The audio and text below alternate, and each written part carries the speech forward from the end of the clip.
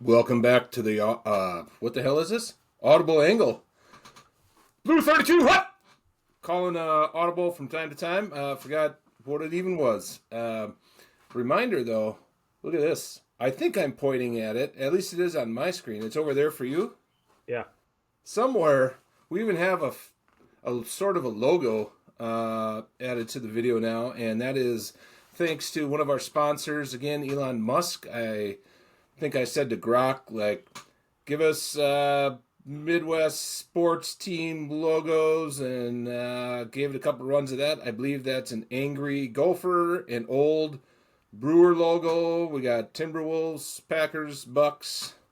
Got the Badgers. Yeah, so we got most of it covered there. Um, so be prepared for even more video enhancements. I don't know if audio enhancements. Actually, we could get some tunes. We could get bumper music. If you like the raw evolution of a podcast, boy, you're going to like the changes each week or each episode that we try to enhance. Not even limited to our current software tools we're using. That may evolve as well, but you'll be along for the ride. And hey, it might even get better. Could get worse. We'll have to see. One non-technological advancement you'll notice. It's my partner in crime, Irby One with the readers. Tell us about it. It's a big step. I'm not sure if it's a positive step, but I do know that I can read my fantasy football team on my cell phone now, which is excellent. I have been called numerous names in the office already. That's good. None of them are positive nor endearing. But I guess that's the price you pay when you get old. I will say, I noticed you have the cool guy ones that hang down and then you put them together.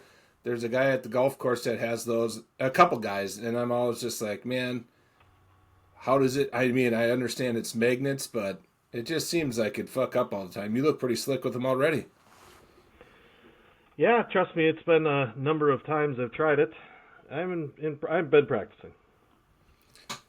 What a For week! the listeners, just so you know, this is, well, one thing. I have Packers Bengals replay going on the TV, so I might reference that a little bit.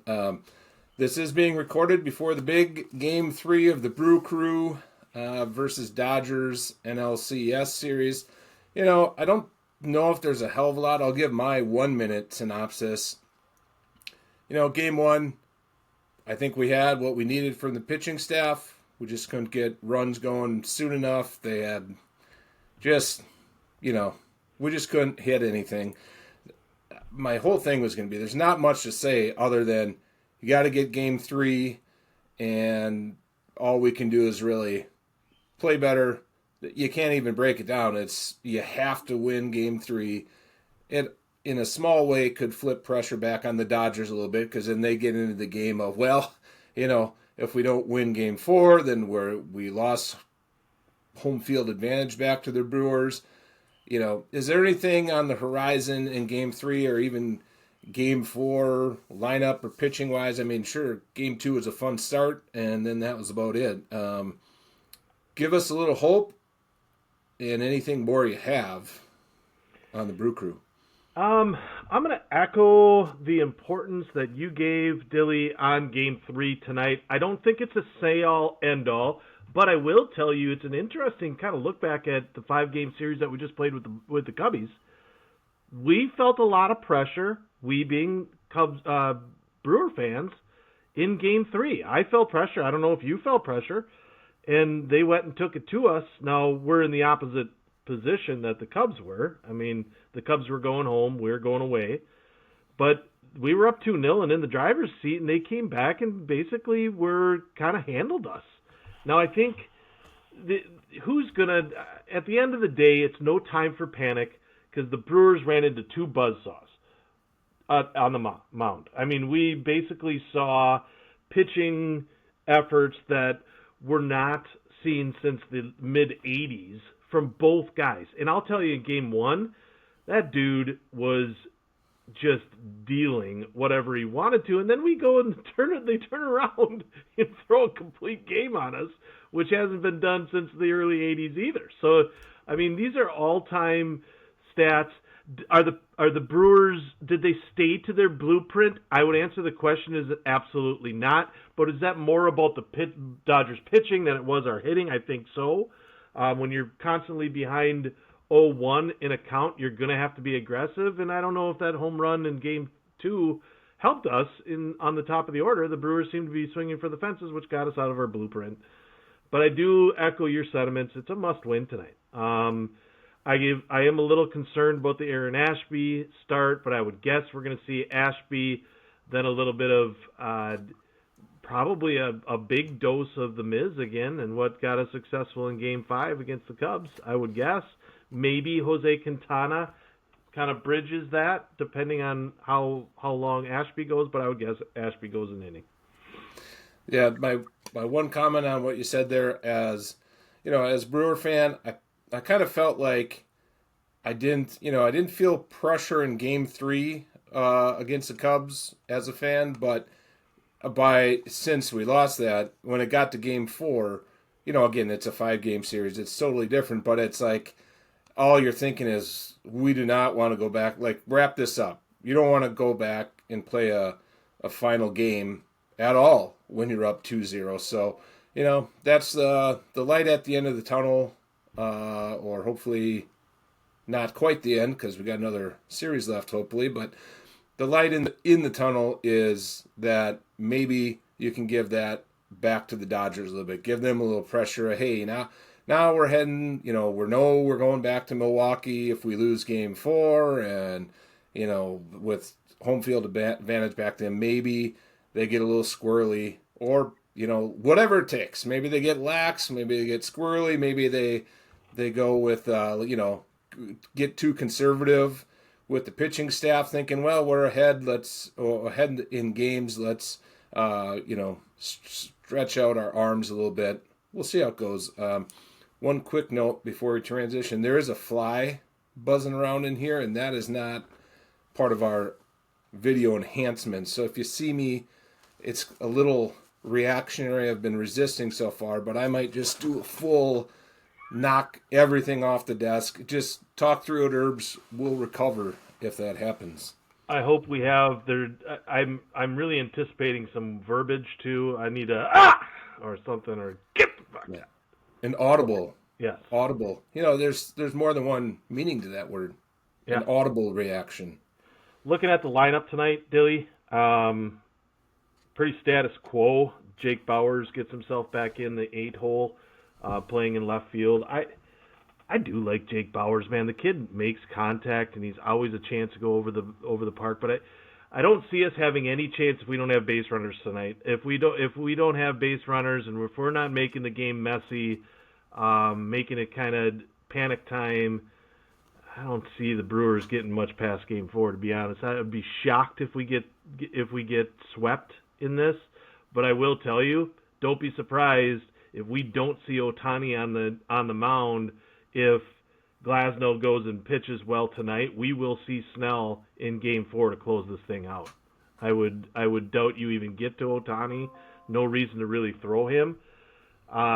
This is more about the pitch count. Get into the bullpen. That is the recipe that we need to make. I'm tired of this. I'm sorry.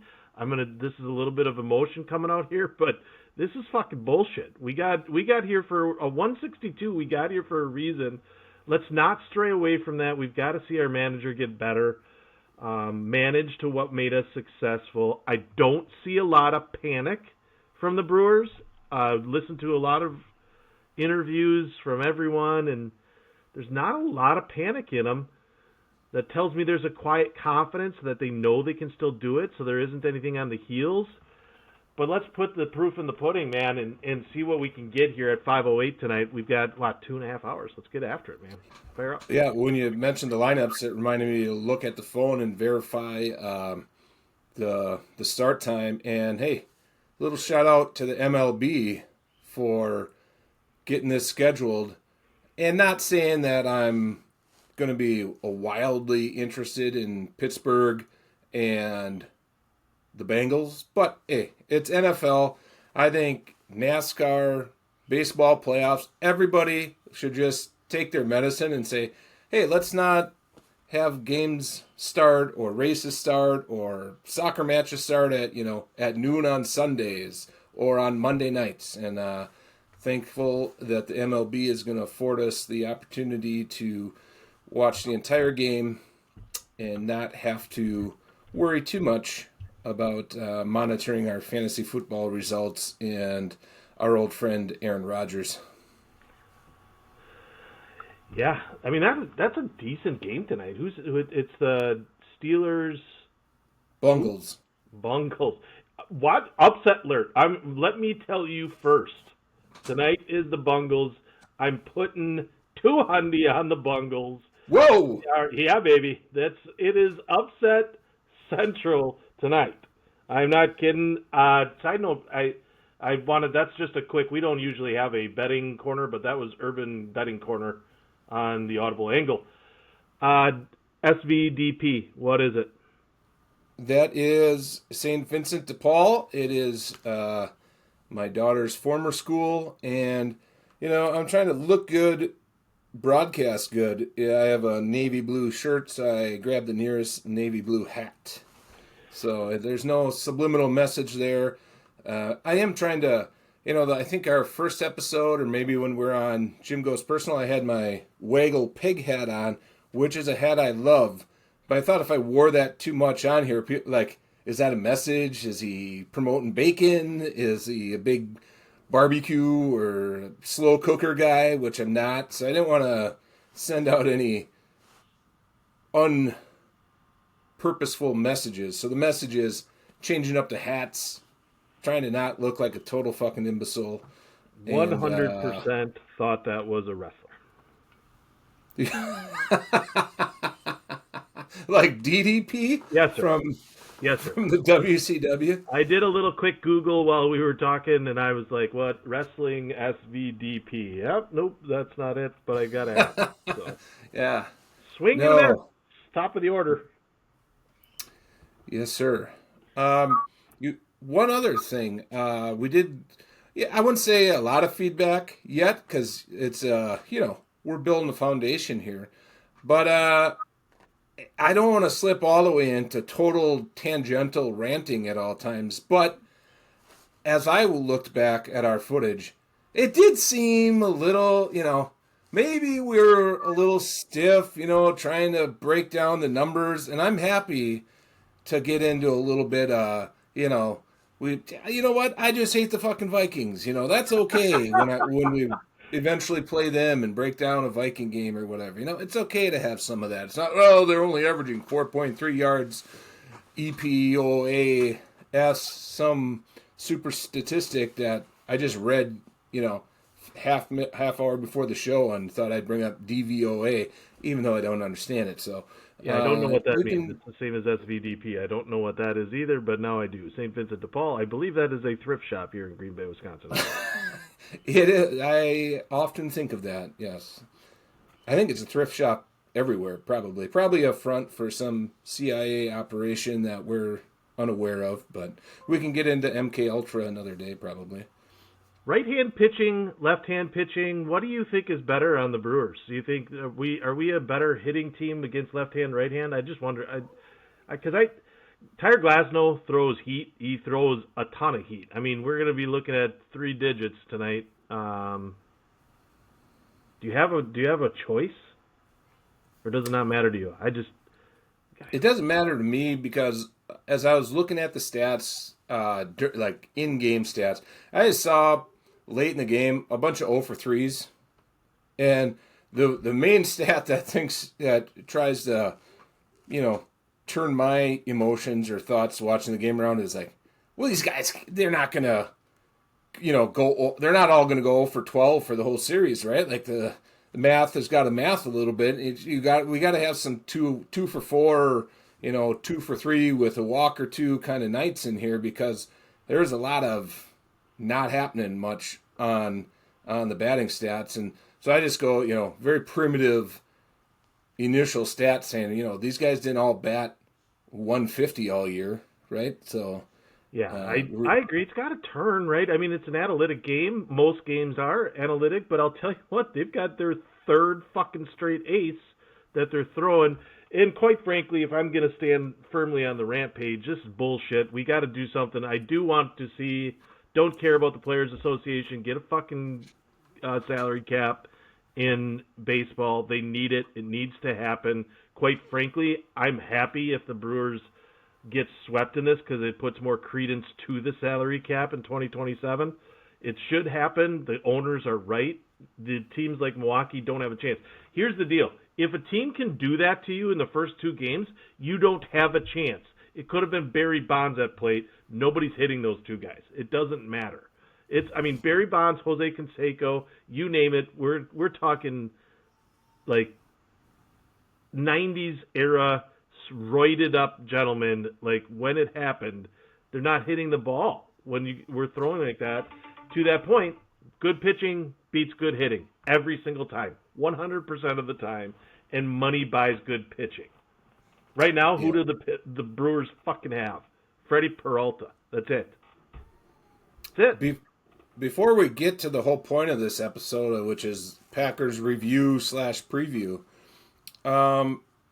and I mean, do we kind of like the Blue Jays? Do we just kind of like Vladdy Jr. just gives us old fun Vladimir Guerrero vibes?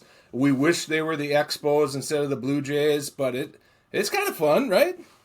I'm a big fan. I agree with you. Not a Mariners hater. I will go on I do not hate the Mariners at all. I like any team that their star is called the Big Dumper. I mean, that is an all-timer. Good thing he's a catcher, but because if he was any other position player called the Big Dumper, he is a Big Dumper.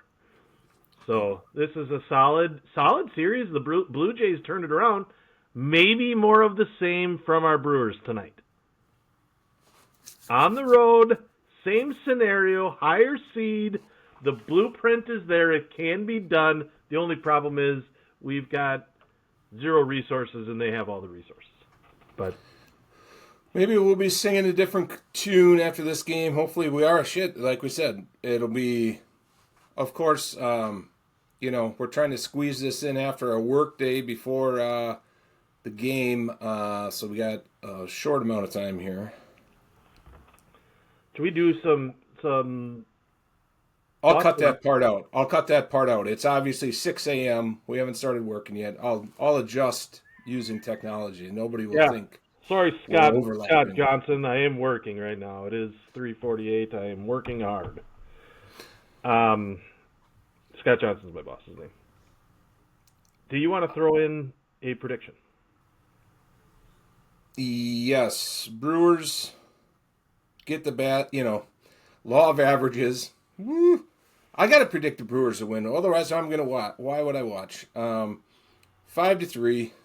Brew Crew, not necessarily comfortable, but we are going to get deeper in the batting or deeper in the count. We're going to get a pitcher out of there and by the fifth inning, fifth inning, and then we'll start to do our best to chew them up a little bit and have a little fun. Brewers will have fun. Little Brewer magic shows up. Fuck Ohtani, by the way. He's hitting one for fucking October, which I'm happy to see. I got the Brewers by 2 runs today. It's going to be tight, 3-1. I just looked at the careers versus Tyler Glasnow from the Brewers. It ain't good, Jack. I mean, it ain't good. We need to lean on Bryce Terang and Durbin. And Durbin is our second best, and he's had 3 at-bats, and he's 1 for 3. The rest of them, there's a lot of offers here, buddy. Willie hasn't hit him. Vaughn hasn't hit him. Frelick hasn't hit him. Ortiz hasn't hit him, although Ortiz doesn't hit anybody. Maybe you or I could get it. Actually, he'd strike out from us. We'd throw him a couple off speeders. He'd swing to the fucking fences. I'm getting pissed off about the fucking Brewers. Let's talk Packers. I'm interested in your thoughts on the Packers. Let's jump in. Post-mortem. Classic. Post-mortem after a win. Yeah, let's talk post-mortem on the Packers. We spent a lot of time talking about the A's and the B's and the C's. Big picture, what did you like most out of that game on Sunday, Dilly? Whew. What did I like the most? I like the most, and I think there's a lot of things to like. Um, I like that when we needed it, Jordan Love, the whole offense, Matt LaFleur, whoever you give credit for, and this has happened over multiple games now. When you start to feel you need it, they drive down the field and they get points. I think they got points every drive in the second half, except maybe final run out or whatever. But they got 17 points down the stretch after not touching the. Cincinnati goes on the obnoxiously long, boring, 10 minute. dumb drive to start the second half, where they would have been well within their rights to have fallen asleep on the sideline, the offense that is, and you just come right down. You say, well, okay, you're back down 2 scores. What do you got? And, in some ways that might make fans a little displeased with, how some other drives or earlier in the game went. But, we had a good drive and a turnover mixed in there early in the first drive. So that was a good move in the ball drive. It just ended on a mistake. So, favorite part, answering the bell under pressure, when the pressure starts to come, and this happened far too often, unfortunately, in the Dallas game. They answered that bell too. They said, "We got to score." Shit, we just scored and took the lead. Now we got to score again. Okay, head her out, score. I'm glad you said it, to be honest, because that leads me to my second question. This is a little humble brag on my part, and I've been talking about it for the first 6 weeks, and I'm going to talk about it going into week 7.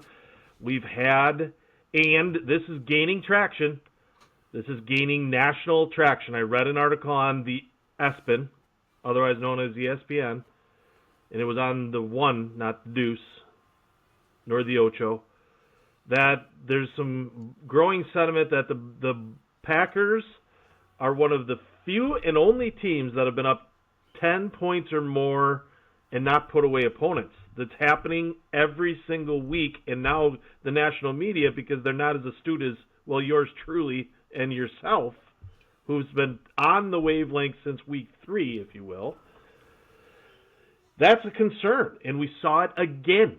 We were up 14 points, and we let them back in. Granted, it was a halftime score, but we have to put teams away. Is that reason for concern? Are you joining the national media in that concern? I mean, you just said that that's something that you like the most.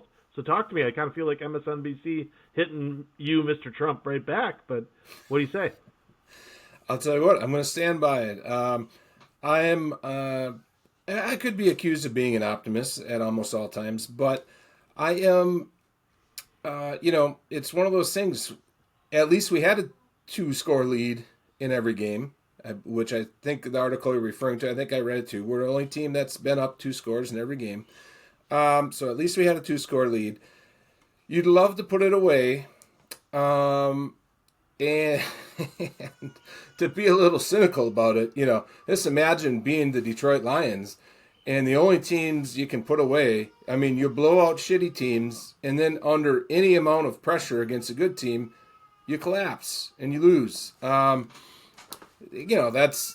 That's a unsolicited shot at the Lions, and it's a backhanded compliment to the Packers that we end up in more pressure situations than we really ought to be in some of these games.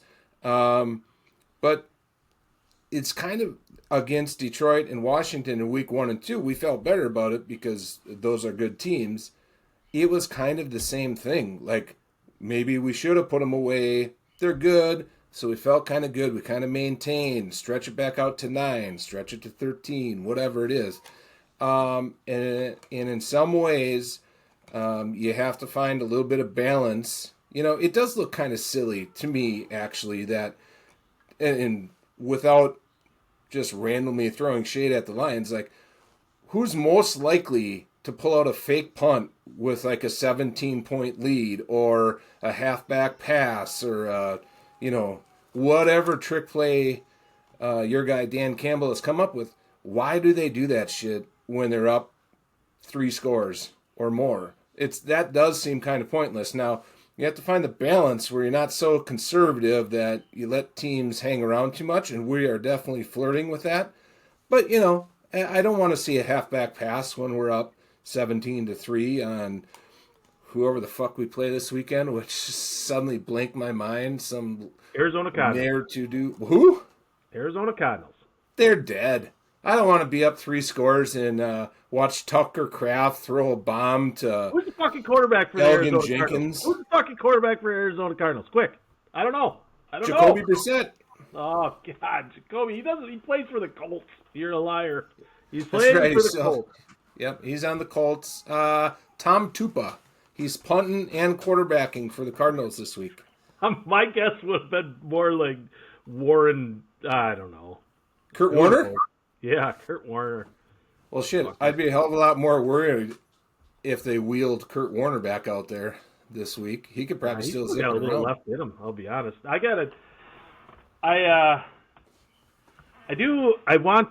think we should spend some time, and I don't know if a lot of our listeners know, you did not, contrary to popular belief, you did not play offensive line in college.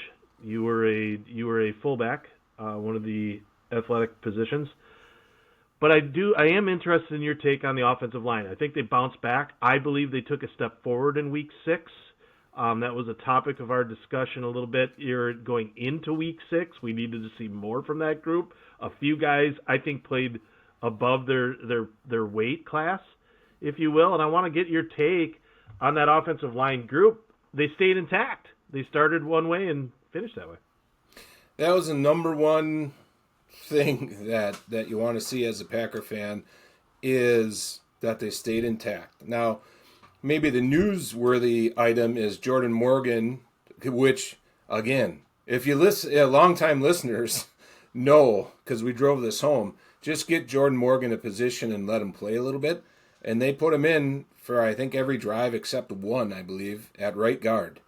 Yes. So he took over that starting position, presumably, and did pretty well, and presumably will go back to that lineup again with improving health. So I was encouraged by that. It's always a little tough when you play the Bengals to assess the offense overall, but the run game obviously was there and great when we needed it. And this week in practice, it sounds like Anthony Belton is back, which, who cares about backup linemen that much? However, he's kind of the backup tackle. And Sean Ryan, now he dabbles at center a little bit. He's obviously a starter.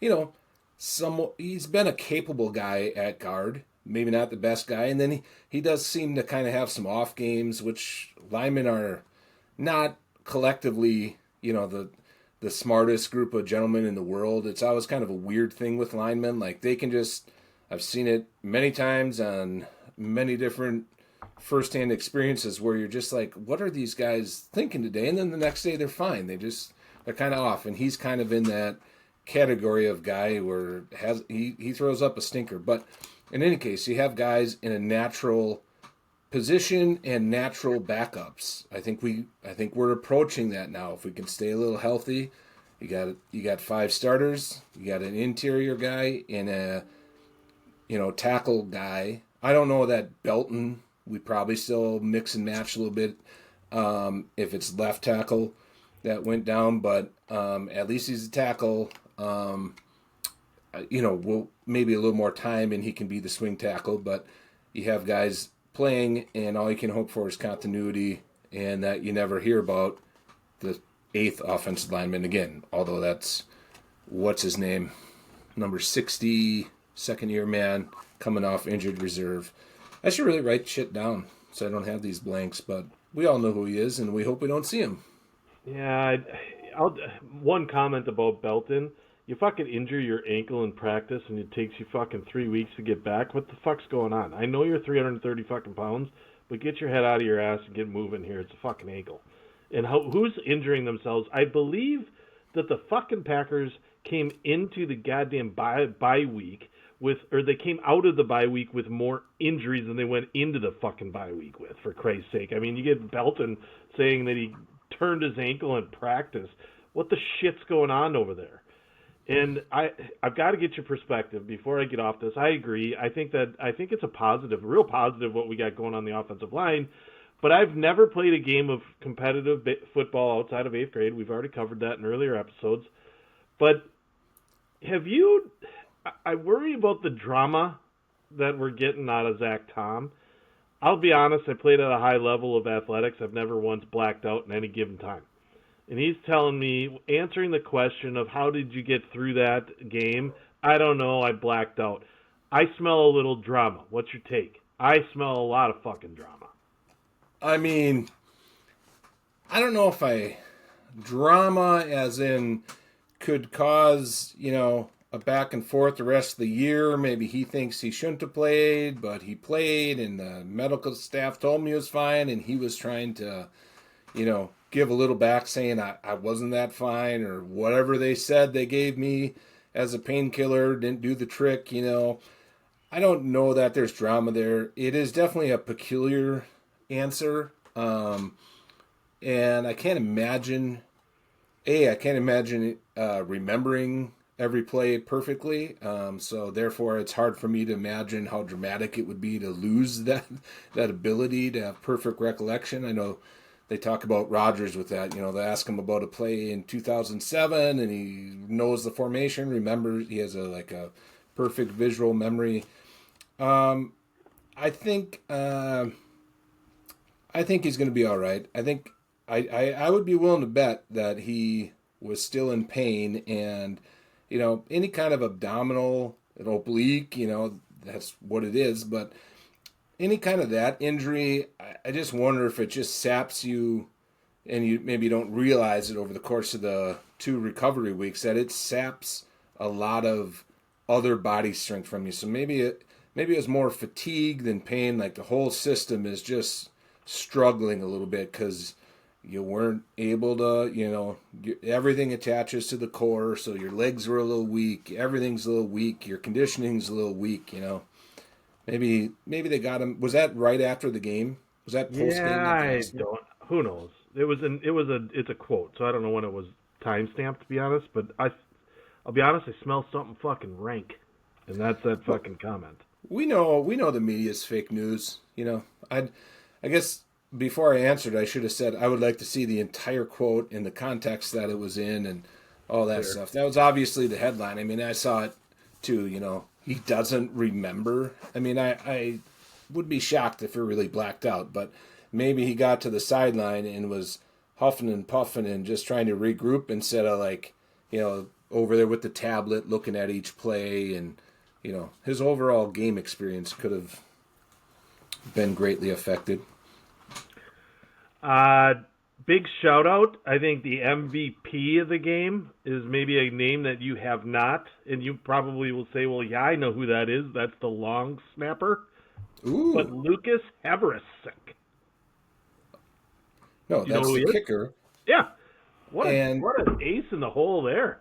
All I was going to say is I might not be able to say his name correctly, but I believe, and we might have to get a fact check on this.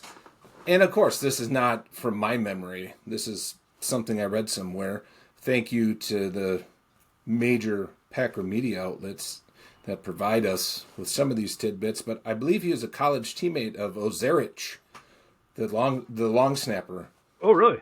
So yeah, they had a little continuity in the 3-man specialty group handling kicking. So maybe a little low key confidence there. I'll be pleased as heck if he remains, which I assume. I know they had some open roster spots. I don't know if they make any kind of move because it's probably uncertain exactly what's happening this week. But he was getting ready to do some other regular Joe work, and hopefully when it comes time for it, he's like, hell yeah, I'll stick around for this ride on the practice squad for the rest of the year. And hell, if he kicks this weekend and goes 4 for 4 and with 2 extra points, 4 for 4 on extra points and kicks 3 other field goals, he might not last on the practice squad very long because, as we touched on earlier, there's some shakiness overall in the kicking game in the NFL still this week. I was going to tell you, I don't know if he's not in the Packer uniform in the starting lineup this week, I don't think he sees week 8 unless he completely fucking falls on his face. He will not be in a Packer uniform in week 8. Barring our starting kicker, McManus, which he has no reason not to be our first string kicker. Like, he's been rock solid, to be honest, since he's been on the roster. But he's going to be kicking with a team in the NFL, and it may not be named Packers. Yeah, it would make a lot of sense because he, especially for an operation, and maybe it doesn't affect guys that much. But, I mean, he did come into an operation that had some blunders this year in the kicking game. So it's not, there had to be a little bit of that in his mind, or at least maybe for NFL evaluators. He was coming into a situation where he had kicks blocked the last couple of weeks, so it wasn't 100% a cozy nest back there for him. Although they did a good job, they changed up who's in on the field goal team, so they made changes. Hats off to your guy Bisaccia for making the moves. My fucking guy. That fucking guy. Tell you what, that fucking guy. That's about all I got to say about that fucking guy. Speaking of that fucking guy, let's stay on the defense. I am very interested in your take on this. I mean, of all the guys, Valentine, that you're going to talk shit to, and in all the times you're going to talk shit, maybe not in the fourth quarter, and maybe not to the best wide receiver in the league. What's your take? What the shit? Premature gritty. We've all probably had it happen. Maybe when we were younger guys, you have a little premature gritty, and you hate to see it, but it probably felt good at the time to knock one down, break up a pass against Chase. I don't know. I did actually I did expect to talk about the pass defense a little bit, and I just think a little bit is hats off to both Flacco. I mean, Chase, we know who Chase is. He's excellent. He's great. It's been a long time thing with me for football teams when you have a guy like Chase. Watching it, the J.J. McCarthy era with the Vikings, just give those guys 20 targets. And old man Flacco was like, all right, we literally didn't move the ball more than like 3 yards a drive in the first half. Why don't I just throw it to Chase, whether he's covered or not? Like, Nixon was all over him to some degree illegally, and he got flagged for some, but just throw it to him. What's the worst that could happen? You throw 3 picks and you still lose? Who gives a crap? That's why I have some faith in the possible upset alert is tonight for Steelers-Bengals, is I do feel confident that Flacco's just going to sling it in there. And as opposed to Cleveland, instead of slinging it in there to who knows who, Judy, Tillman, Isaiah Bond, whatever, the host of characters in Cleveland, he's slinging it into Chase. And, okay, Higgins, as long as he's healthy, he's usually pretty good. So they can move the ball. Carrington and I think they asked those guys, don't get beat deep. We kind of talked about this before too. Like, we're kind of navigating that little bit of we believe we have a pass rush. We know that they're going to try to dink and dunk us because they got to get the ball out quick. And finding that balance of contesting that short stuff or stopping it, preferably, without giving up the deep ball. And the Packers were managing that a little bit. And when they did try to do deeper route stuff, at least, we seemed to be all over him. You didn't have Chase running by himself down the sideline. He had to make a miraculous one-handed catch through another guy's, back pocket in order to catch that touchdown. So what are you going to do? That's fair, but did they really run any plays that were past 20 yards? I mean, even the touchdown that Chase had was a 16-yard catch, back shoulder horseshit. Here's the deal, man. Would you agree or disagree that we need to start guarding guys? Did we talk about this last week, or was I ranting with someone else? That we need to stop allowing that 7-yard pass. Like, it's a constant thing. Flacco did it to us with the Browns, and he did it again to us in the Bengals. It's probably more about the quarterback than it is anybody else, and it certainly is about our offensive or defensive line. but we're not getting there fast enough to stop that 7-yard curl fucking thing by a goddamn who cares tight end that is just going to sit in that pocket. But we've got it. It was you. I was talking to you about it because you kind of defended our goddamn interior fucking linebackers, and we've got to stop that. It happened again in week 6. It's too easy.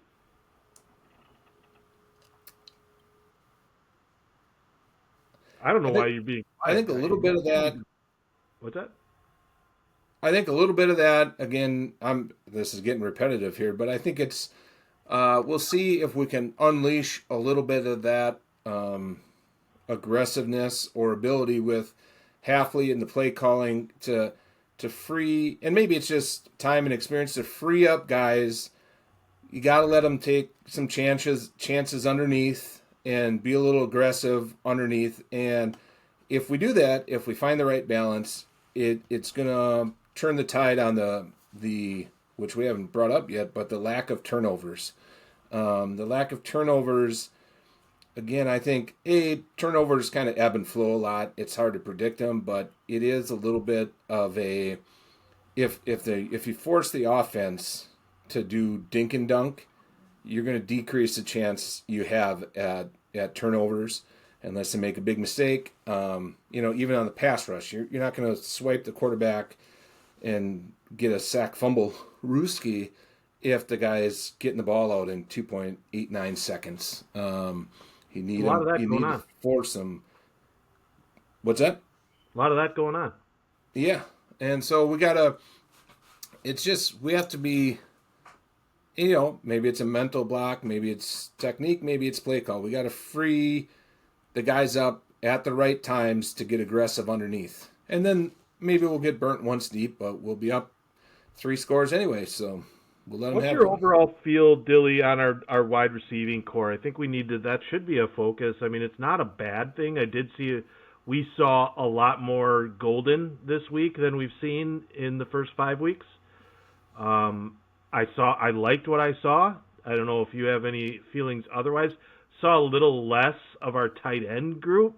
I don't know if that was how the Bengals were playing defense or not. I'm not astute enough to recognize that. Maybe it was. Maybe there weren't as many seams. There was a couple catches that we had to our tight ends up the middle on the seam that we usually kind of exploit, but which we didn't. I really only see it as Golden and Dobbs right now, but I know that Dontavian Wicks got injured at the end of the first half, correct? He was out in the second half, so we're a little bit light there in the receiving core. Bo Melton got a look on offense, and our Williams also got a look there as well a little bit. But talk to me about what you thought about the current state and the future state. Obviously, I think Watson's probably in that mix as well. Yep, I would not be shocked at all if Watson is back this week. Matt LaFleur talks, especially over the last 2 years, since Devontae's been gone, about he doesn't even like talking about whether there's a number one receiver, and, the Packers offense doesn't work that way. As much as he says that, and I believe that because you see it in the statistics and, from a fantasy football perspective, you love the Packers, but man, it's hard to start anybody other than Jacobs because you don't know who's getting the ball. All that being said is there's a little more proof in the pudding. I think he said proof in the pudding earlier today, in the fact that Golden's targets are coming in huge spots on important plays, and that leads me to believe that the ship is starting to leave the dock or the boat. A ship leaves like a pier, the station.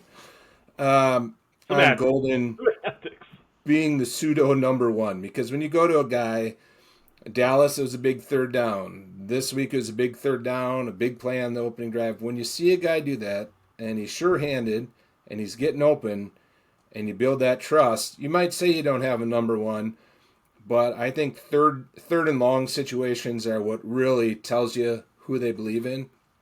Obviously, Dobbs is still in that boat. I mean, I think when you watch Dobbs sometimes, he has so many characteristics, and, opposing fan nation, don't get carried away, because I'm going to say weird things. I'm going to say crazy things. But Dobbs has the look of a guy like Chase and a guy, your very top tier receivers, because so many of his catches, if they're contested or not, they're this. Their hands extended out from the body, strong hands, and he catches it, and it's on a slant. And every time I see him catch it, when he's kind of on, maybe he's not like that 100% of the time, but when he does that, you just have such confidence in going to him. Oh, there was a Wicks catch. I actually thought I was going to catch a Dobbs pass right there, but and that's why they go to him in the red zone. And that, whenever I see, the great receivers can kind of catch the ball always. You do see Jefferson. He does some body catching. It always seems weird sometimes because you think, why would you ever do that? But if you can, he doesn't have a drop issue. There's different things receivers can do. But when I see that extended hands catching the ball away from the body, that eliminates defenders behind you. If you're covered and the ball's in the right spot, they can't do anything about it if you have strong hands and strong arms. They can maybe rip it away after, but he does that. So it's Golden ascending. It's Dobbs has been the best version of Dobbs. He hasn't been disappearing, and maybe some of that is on. Maybe they're starting to understand, like, just get Dobbs 3-4 targets throughout the game, and then he's another option on big plays if you need him. Obviously, it's going to be in flux with Watson coming back, Reed coming back eventually. Wicks, he's a guy that can go out and catch the ball for you, but I just don't think we need that much to him, and he hasn't established as much as Dobbs has, and he hasn't Golden hasn't gone through a bad stretch yet, and maybe he won't. Wicks has been through it, but I've been impressed with Wicks too, because after the beginning of last year, you just got worried. Like, you felt bad for him if he got a target. There's a big catch by Golden. This is not live. I'm watching the replay for the third time and getting pumped still. Wicks has that lingering drop issue where, you just still feel a little uneasy because you don't know if one drop is going to lead to a 4-week stretch, and then you just start worrying about his long-term viability overall. Dobbs reminds me of a bobblehead. What's your take on the Guardian caps? I think only Dobbs should be allowed to wear one, just because it looks big head. I think him and Love found a little secret sauce. Easier to find them. You might see those Guardian caps start expanding even larger over time as quarterbacks come to like them. It might be those oversized hats. Those oversized hats that you see in the stands that people wear. Yeah. I mean, he's wearing one in the fucking game. Those have caught on. I mean, you see 1 to 3 people wearing them every event. That's huge. Yeah, that's what huge do they sales. cost? 1 to 3. $70 a piece or some shit. Yeah, I looked at them once because Jair was wearing one in the locker room once, I think. So I was like, how much are these stupid things? And then you kind of think, well, I'm kind of obnoxious sometimes. It'd be kind of funny to have one. And then, yeah, they're $80. And you're like, wow, I'm not that funny. I'm not $80 funny. Yeah, well, I think the Bears are who we thought they were too. The Bears kind of showed their mettle a little bit. I don't think they deserved the win in the Redskins game, but certainly the Redskins did not deserve that. You turned the ball over 3 times. They did not deserve to win. Pretty ugly weather game for them out there on Monday night, but interesting central standings. I think that's kind of a interesting roll up there. Don't want to get away from that was just a side note I wanted to throw in, but we were pretty spot on all of our football picks. We had the Lions correct. To increase credibility with with the listeners, of which there are many potential listeners. We do have to hold ourselves accountable, and we did say it's kind of a prove-it game for the Bears. Now, like you said, I don't know if they quite met the level of really proving it. It was kind of a weird game, in control, out of control, and behind, back in control. They didn't exactly, like you said, look great the whole time. but they won, and they won on the road. Right? Yeah, that was in Washington. They won on the road. We haven't won on the road yet, so hats off to them. And yes, the traditional NFC Central is looking pretty studly with the Bears. Still the Vikings. They're 3-2. All you gotta do is get to like 4-5 or 5-4, and you're into the teen weeks. You're alive in the playoffs. So you got Bears, Vikings, Lions, Packers, and the Buccaneers all in the mix of the famed NFC Central. We'll see. I mean, I will add in on the little personal story here. Daughter, no school today and tomorrow. That's a Minnesota thing. Yeah, the teachers need days off. They've already been teaching for a month straight already. They get a couple days off. Somehow, I had to bring her to school today for pit band. And it was pit a little hard to understand. What the fuck is pit band? What the fuck is pit band? What the shit? They play in the pit during musicals. Oh, okie dokie. What is she? What position? What position is she in? What instrument? She plays clarinet. And on defense, she plays bass clarinet a little bit. When they don't have a bass clarinetist, she did that this summer. But yeah, how they end up having practice on a day when there's no school is a little weird to me. Not a big deal. At least we weren't out of town or canceling vacation. We don't go on vacation. Small ones anyway, we don't. We go on big ones. So yeah, that was a little weird. But on the way home, I had to wander around to get back to where I was going. Tuned into a little local radio, which I do a little bit now. And boy, the whole Carson Wentz, J.J. McCarthy trauma that's happening to Vikings fan right now, it's real. The radio host, and this isn't Stephen A. Smith, Colin Cowherd, where the whole point of their show is to argue. They were kind of going back and forth. Local sports K-fan, long time guys, get along, generally friendly. They were back and forth on it's going to be JJ no matter what. And the other guy was, well, if Wentz comes out and they beat the Eagles and he looks good, that ankle injury is going to be, it's going to turn. And I think they have a Thursday night game next week. So then they're like, and he's only got a day of real practice. They might continue to stretch it out to say, yeah, he practiced all week, but it was limited, and he's got to be back to full health and a full week of practice. And then I don't know if they win 2 in a row, I don't know what they start to say. Had a setback in practice. Car accident on the way to practice. It'll have to be something, because I do.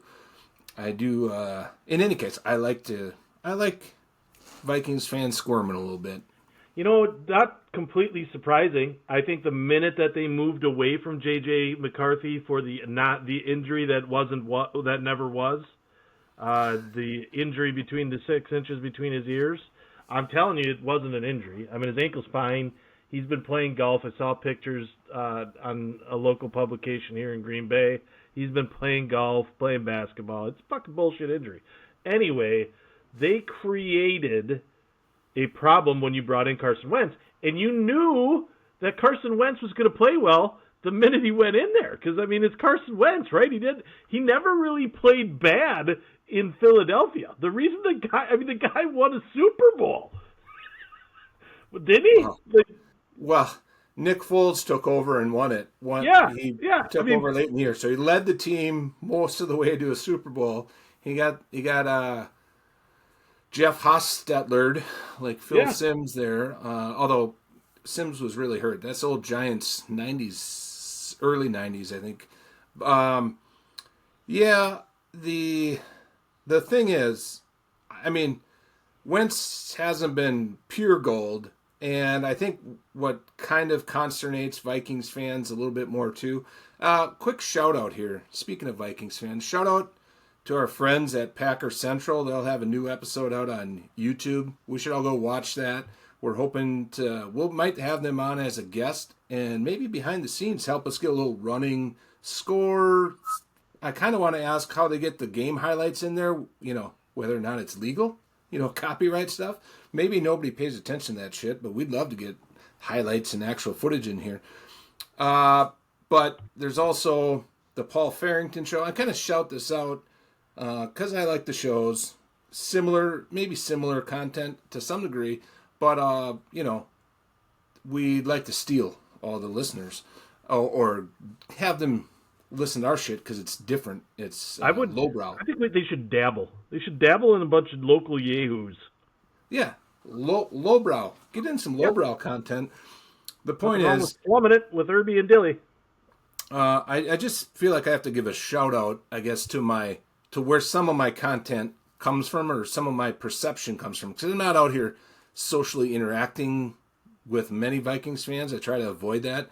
But from those perspectives, part of the problem is if you're going to go Wentz and bring him in, he's kind of like the worst version of just keeping Darnold or keeping Daniel Jones, who they had on the roster. He's like kind of doing the same thing, but not as good as those two guys. So why not just throw a boatload of money at Darnold and know you're going to pull the plug on him if JJ's ready or the season's not going how you went, because the belief among Vikings fans is the roster is good enough to compete if they have a quarterback. Everybody seems to believe that. So they should have just kept Daniel Jones, and maybe they'd be riding that Colts wave. The same fucking story since Randall Cunningham. They've been searching for their fucking quarterback. They found their quarterback in Favre. I'm sure they'll find their quarterback in Aaron Rodgers after he's done at the Steelers. Take him for a ride one more time, which is totally possible. But does it really surprise you, Dilly? Let's be honest. Does it surprise you that there's controversy from a decision made in the leadership of the Minnesota Vikings? It's been a shit show there since, I don't know, forever. Yeah. I mean, I do live here, so I'm maybe influenced by my experience with the media and the fan base, and it's very hyperbolic, man. They get high and then they get low, and it's pretty violent. It's not a smooth hyperbole. That would be that. I don't know what this is. It looks like an EKG. If they do beat the Eagles and Wentz does throw 3 touchdowns, they're going to believe they're back, baby. Yeah. And then if they lose the next game on Thursday Night Football, they'll be in the tank and want to fire everybody. And you got to go with JJ. However it works out, they're just, even game to game, they get into that ride. So I'm used to seeing that ride of, a lot of, now I will say there's a lot of scar tissue there. They, in the back of their minds, like last year, down the stretch and into the playoffs, in the back of their mind, they kind of knew they were going to fall short of what you should with a 13-3 or 4, whatever their record was, ridiculously good. So yes, I get to see it up close. They've been a mess. More emotionally, it's like they've been pretty good for some stretches, but yeah, you get into these weird deals with, are you going Brad Johnson or are you not going Brad Johnson? Then none of these guys seem to pan out in the long run, and maybe it is a little self-sabotaging. Culpepper was great for like a stretch. He had a catastrophic injury, but they were all hyped up for Teddy Bridgewater for 5 minutes. He had a catastrophic injury too, but I think that fuels the flames of their emotional roller coasters. Bridgewater probably wasn't that good anyway. They just got so hyped on him, and they got so hyped on McCarthy and now half the fan base is ready to dump him already. Any other thoughts here as we wrap up on the 40th minute past the original length plan for an episode? If we do, in case we're not back in time, I'm looking at my phone here. We got Vikings, Eagles, prediction. I got Eagles. I got Eagles, and it's not going to be close. I do think that Vikings defense keeps the Eagles down. I'm benching Jalen Hurts in my fantasy this week.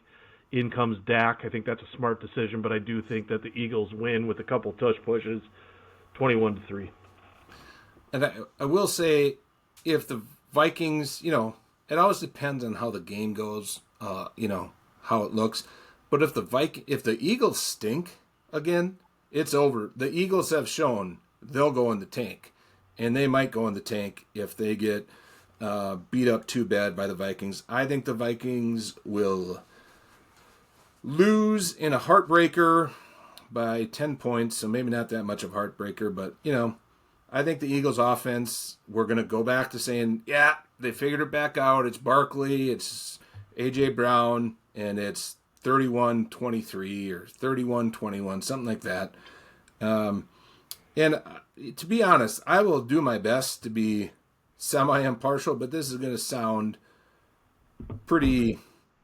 I'm going to go with the Bears over the Saints, but I would probably take the 4.5 points with the Saints that I'm seeing right now. The Saints have generally been kind of tough. If it was in New Orleans, it might be my upset pick of the week. I mean, they've just played games that have been relatively close, kind of like the Browns. Thought the Saints would be in the tank this year. They might keep it close, but I got the Bears 27-21. Which, why would I take 4.5 points on the Saints then? So, 27-23. All right, I got the Bears. And it isn't close. I think they win by 3 touchdowns, similar to so I'm going to go 28-10. Any question on Packers Cardinals in Arizona? Is it any weird? I mean, I think the Cardinals do kind of stink. I think their secondary stinks, but they've lost their 4 losses are last second field goal type of crap. Yeah, I think they're better than their record shows. Brissett is prone to mistakes, but the defense of the Packers doesn't allow you to make mistakes, if you will. They don't want to take the ball away. So I think it's a boring game, but the Packers win by 10. I mean, it's the same fucking shit that we just saw the last 3 weeks. I just hope we don't take it. Don't allow this team at home to stay in the game. They have to put them away. That's what I'm looking for at this game. If they don't, we've got issues. We are not as good as what we think they are. I'll be honest. Marvin J. Harrison, I don't know if that's his middle name, Marvin Harrison Jr., he was questionable. He was in the concussion tent. I haven't seen an update on him. I don't think that the Cardinals will have what it takes to mount any kind of comeback. So if the Packers start off well, if they play decent, and, this won't make Packer Nation celebrate heartily, but it could be one of those 17-3 ends up 23-13, and we're just for a split second gritting our teeth. But I think they should win handily. Maybe Kyler Murray, I don't even see him playing that well coming off a foot injury. If a big part of his game is movement, that's no good if he has a foot injury.